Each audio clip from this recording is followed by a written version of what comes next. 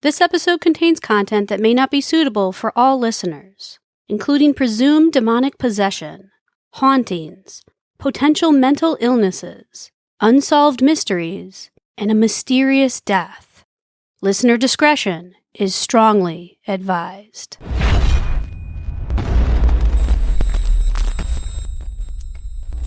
Welcome back to Rogue Darkness, the podcast that uncovers how the misinterpretations and misinformation surrounding witchcraft, the occult, and other beliefs have led many to do unthinkable crimes.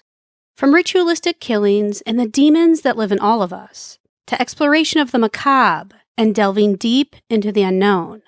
Let's explore the darkness of mankind, one crime at a time. I'm your host of The Grim and Gruesome, Raven.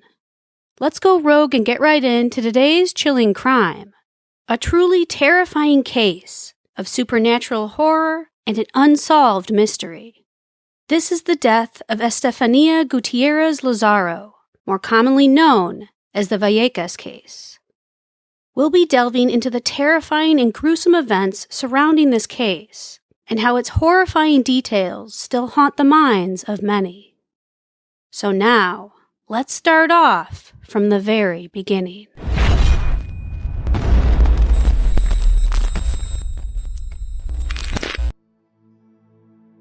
The story begins in Vallecas, a district in Madrid, Spain. In the early 1990s, there lived a normal family who resided in an ordinary apartment. The Gutierrez Lazaro family consisted of Estefania's parents, Concepcion and Maximo, as well as her 3 siblings. By all accounts, it was an average family living an average life.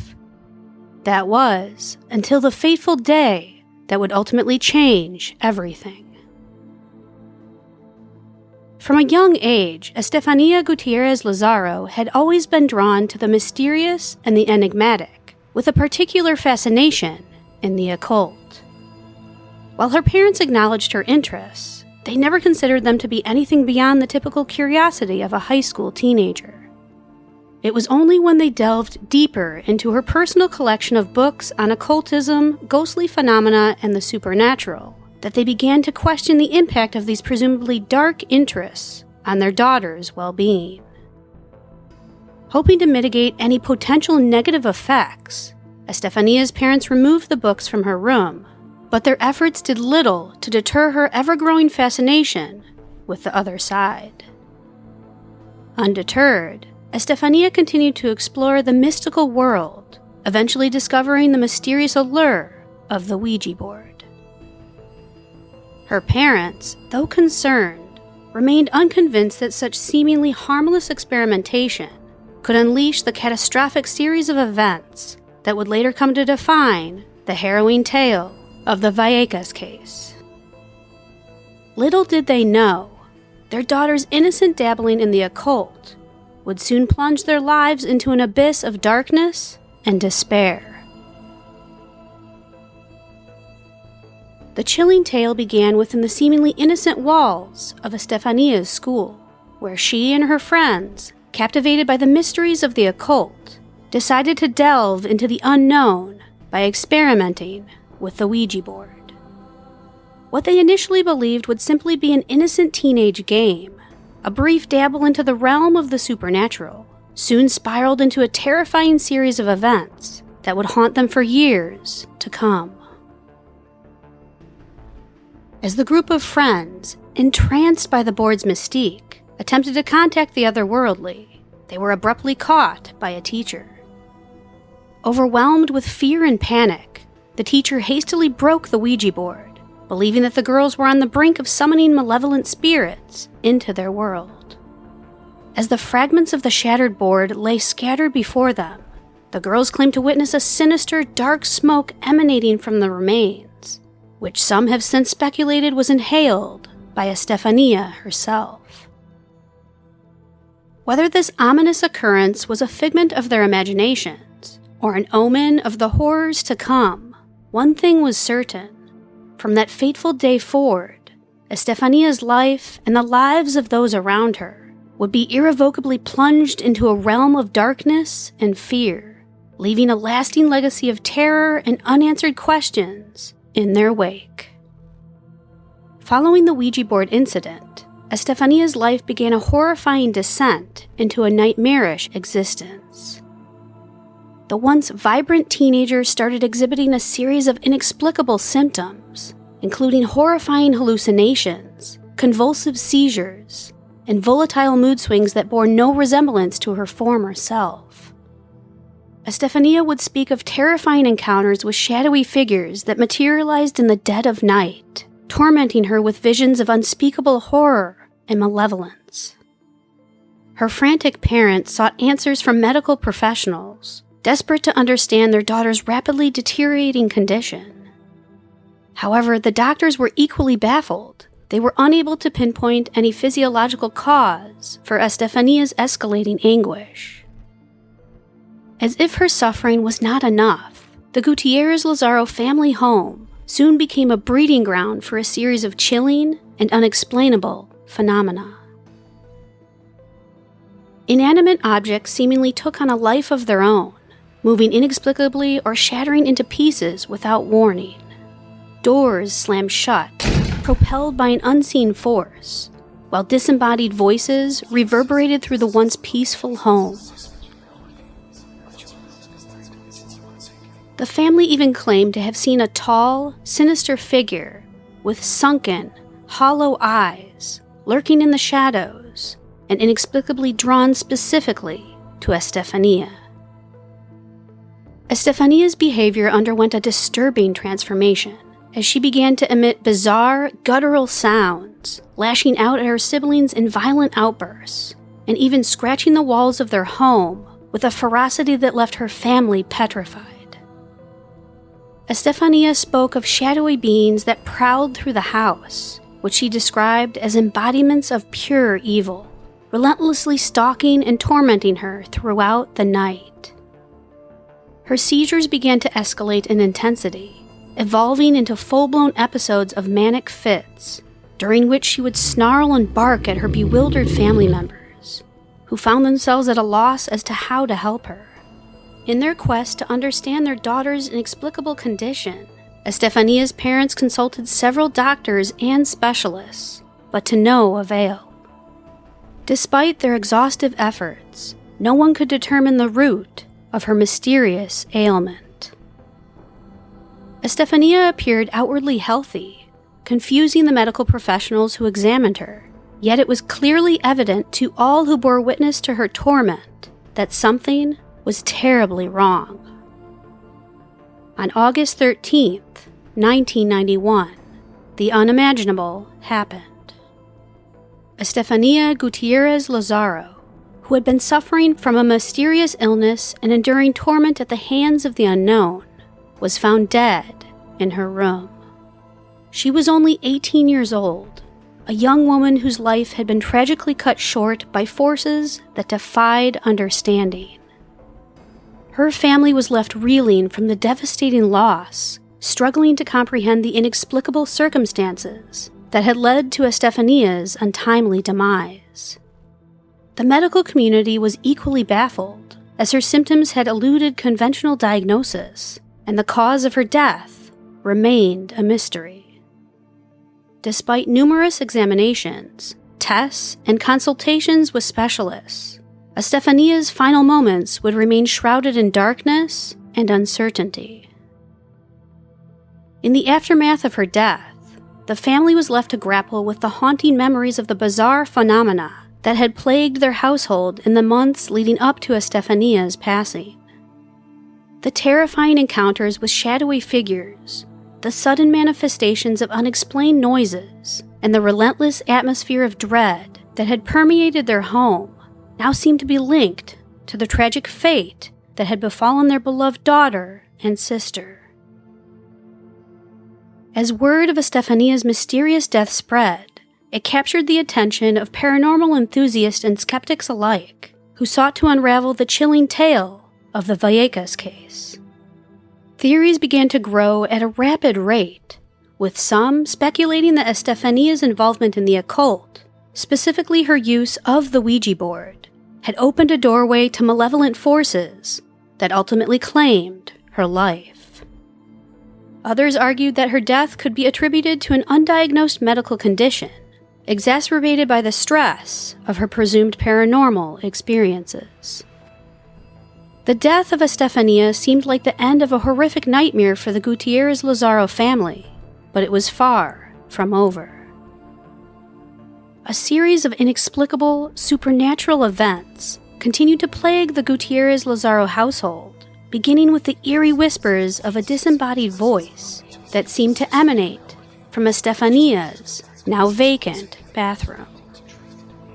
The voice, which hauntedly called out, only served to amplify the family's terror. When they mustered up the courage to investigate it, they discovered the room to be chillingly empty. Despite their grief, Estefania's family endeavored to maintain a sense of normalcy by keeping her room clean and orderly. However, their efforts were in vain, as they would frequently discover the once neatly arranged bedsheets strewn haphazardly about the room, and her personal belongings scattered across the floor. The once tranquil home had become a hotbed of paranormal activity, with mysterious scraping sounds echoing along the walls, and the spine-chilling laughter of an unseen presence filling the air.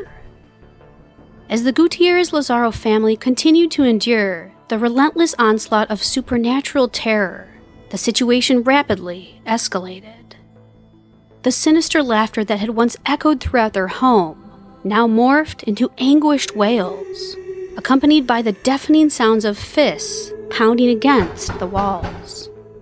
Lights would flicker on and off, and doors swung open of their own accord, defying any attempt to secure them shut. The family went to desperate lengths to maintain some form of control, placing heavy furniture, including a large sofa, in front of the doors in an attempt to keep them closed. Yet, their efforts proved futile, as they would soon hear a sound similar to a powerful gust of wind, followed by the door handles turning and the furniture being violently flung aside, as if it were weightless. In one particularly unsettling episode, a door burst open with such force that it knocked a cherished photograph of a smiling Estefania from its perch on a shelf. When Concepcion picked up the picture, she dropped it in shock. Maximiliano, puzzled by his wife's reaction, reached for the photo himself, only to recoil in horror as he watched the image ignite, the flames consuming Estefania's face. The family's terrifying ordeal seemed to intensify with each passing day, as they began to report sightings of a strange, dark, humanoid creature stealthily moving through their home. One of Estefania's sisters recounted a particularly chilling encounter with the mysterious entity. We heard a whistling sound, like on other nights, and then a groan near the door. We were so scared we were frozen. It was then we noticed something on the floor, as the light from the streetlights would enter our bedroom and light it up. It was the shape of a man, crawling, dragging itself along the floor. He had a black head, no eyes, no mouth, nothing. It was crawling towards us and we started to scream. It was then that the toys we had on a shelf started to be thrown violently towards the other wall, one by one, and then we heard bangs and shouts. As word of the family's terrifying experiences spread, their claims were corroborated by neighbors and visitors to the house, who bore witness to shadows skittering along the walls and objects flying through the air with such force that they became embedded in the walls. The nightmarish events culminated in a harrowing attack on Estefania's mother in 1992. She awoke in the dead of night, feeling an oppressive pressure bearing down on her, as if unseen hands were grasping at her feet and arms.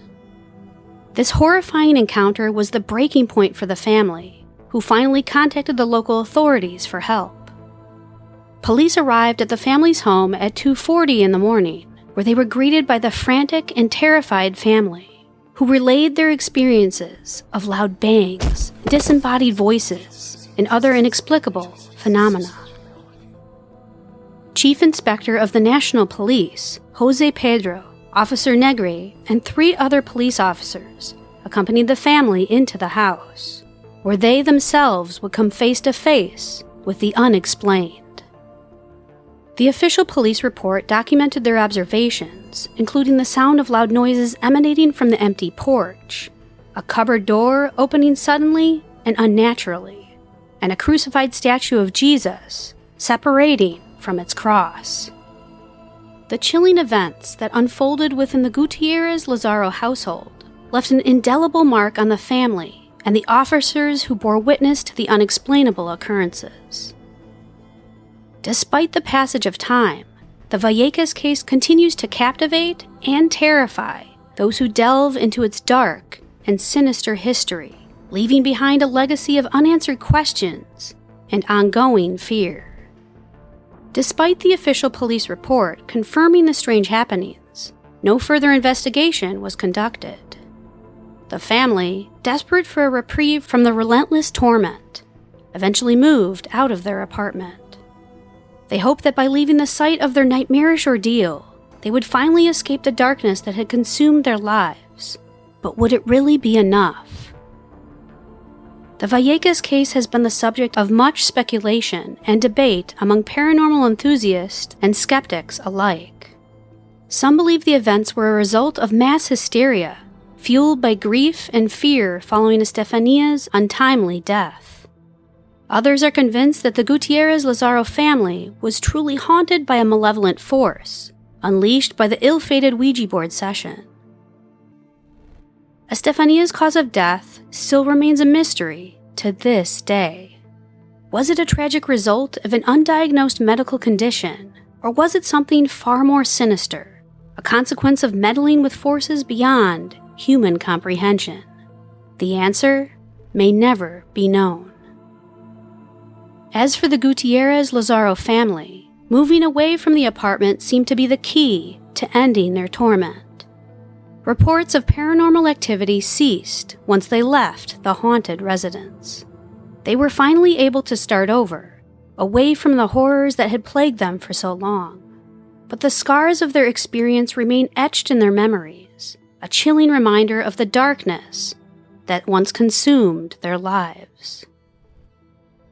The harrowing true story of Estefania Gutierrez Lazaro and the Vallecas case served as the inspiration for the critically acclaimed Spanish horror film from 2017 called Veronica, directed by Paco Plaza.